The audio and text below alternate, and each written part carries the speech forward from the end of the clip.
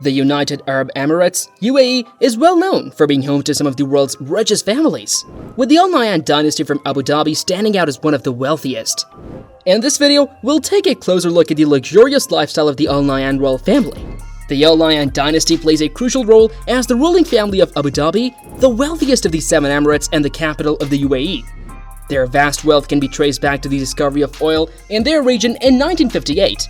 Since then, their fortunes have grown through various means, such as oil royalties, oil exports, a wide range of investments, bank ownership, and extensive real estate holdings. This accumulation of wealth has resulted in an empire estimated to be worth at least a staggering $300 billion.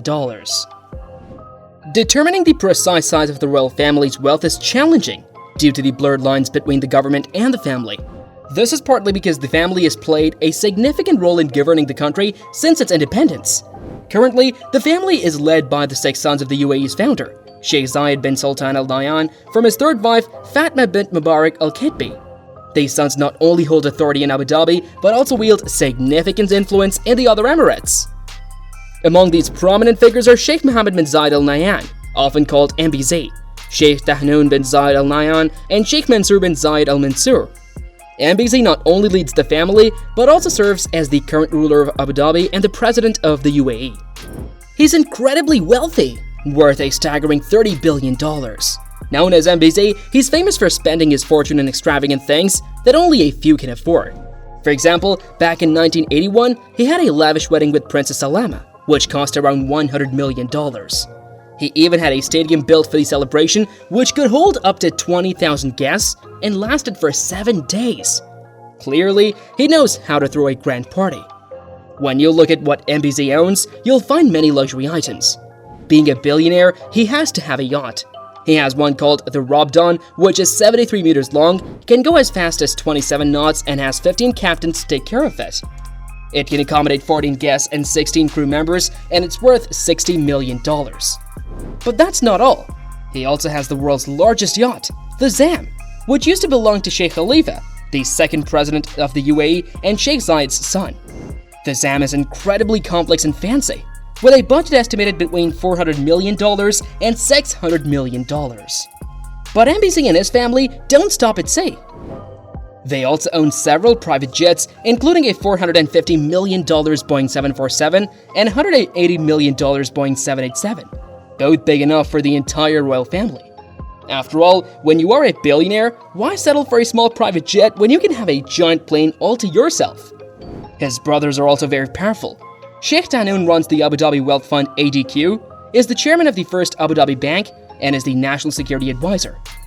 As for Sheikh Mansour, he's the deputy prime minister of the UAE, heads the Federal Fund Emirates Investment Authority, chairs the central bank, and leads the Abu Dhabi United Group, which owns properties worldwide with a big interest in the City Football Group, including Manchester City Football Club.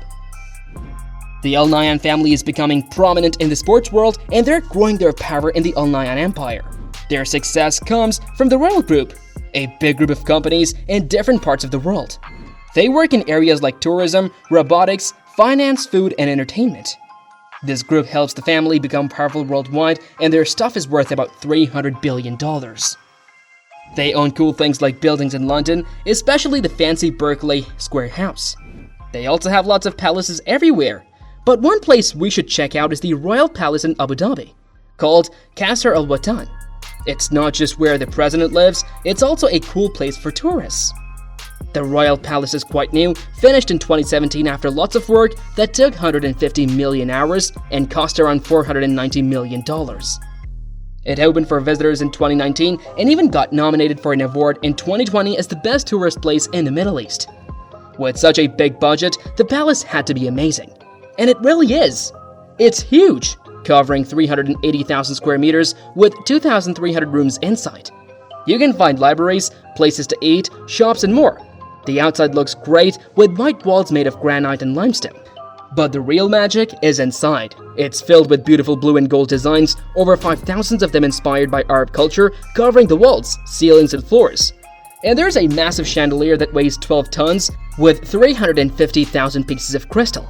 It's so fancy that they had to put it together inside a special room called the Spirit of Collaboration Hall, made for important meetings. The palace is a huge dome up on top, measuring 37 meters wide, which covers a very big room called the Great Hall. This dome divides the palace into two parts, the East Wing and the West Wing. The East Wing is like a museum with lots of old stuff, religious books, and a library with many books about this country's history. The West Wing is for important things like meetings with the other leaders. Now, there's Hamad bin Hamad Al Nahyan, and people call him the Rainbow Sheikh because he loves colorful cars. He has a collection of fancy cars, including a special Mercedes-Benz that he ordered for his wedding, making Mercedes stop making other cars just to make his. He also liked weird cars like a huge Mercedes turned into a monster truck, an 8-wheeled Nissan Patrol, and a big Land Rover Jeep and Dodge Power Wagon with a living room, 4 bedrooms, and a bathroom. But the craziest thing in his collection is the Globe motorhome. It's a giant vehicle shaped like our planet Earth with 9 bedrooms, 8 bathrooms, and lots of floors. We don't know how much it costs, but it's super luxurious for road trips. And to make it even more over the top, he has the biggest caravan ever made, like the ones in Star Wars. I don't think we can ask for a prize in this one to keep all of those babies protected. Certainly, the Sheikh had to build an enormous metal pyramid garage in the middle of a desert to house his impressive collection of 200 cars. Interestingly, this massive garage also doubles as a museum called the Emirates National Auto Museum, welcoming tourists to explore. However, the Sheikh's extravagance doesn't stop there. Like many billionaires, he also owns his very own private island, Fidizi, spanning 50 square kilometers. To make it even more unique, he commissioned engineers from Abu Dhabi's National Marine to create a canal on the island, spelling out his name across its vast expanse. This feat was so remarkable that it could be seen from space. Curiously, he later decided to fill in the conspicuous signature, though the reasons behind this decision remain a mystery. Thankfully, the Sheikh's wealth allows him to make minor repairs and enhancements to his property. Beyond their unusual purchases, billionaires often have distinctive hobbies.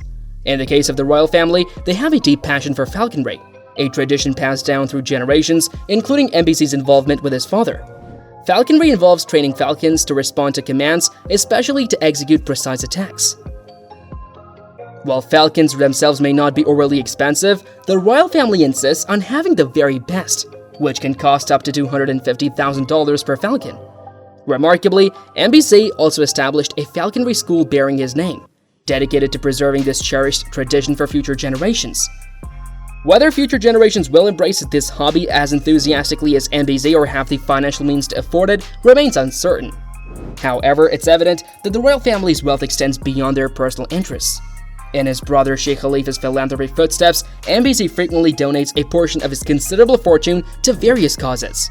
These include substantial contributions to the UN's global initiative against human trafficking, investments in child vaccination programs in Afghanistan and Pakistan, funding for the MD Anderson Cancer Center at the University of Texas, support for the establishment of art museums like Louvre Abu Dhabi, and initiatives aimed at protecting wildlife such as falcons and the endangered Arabian oryx.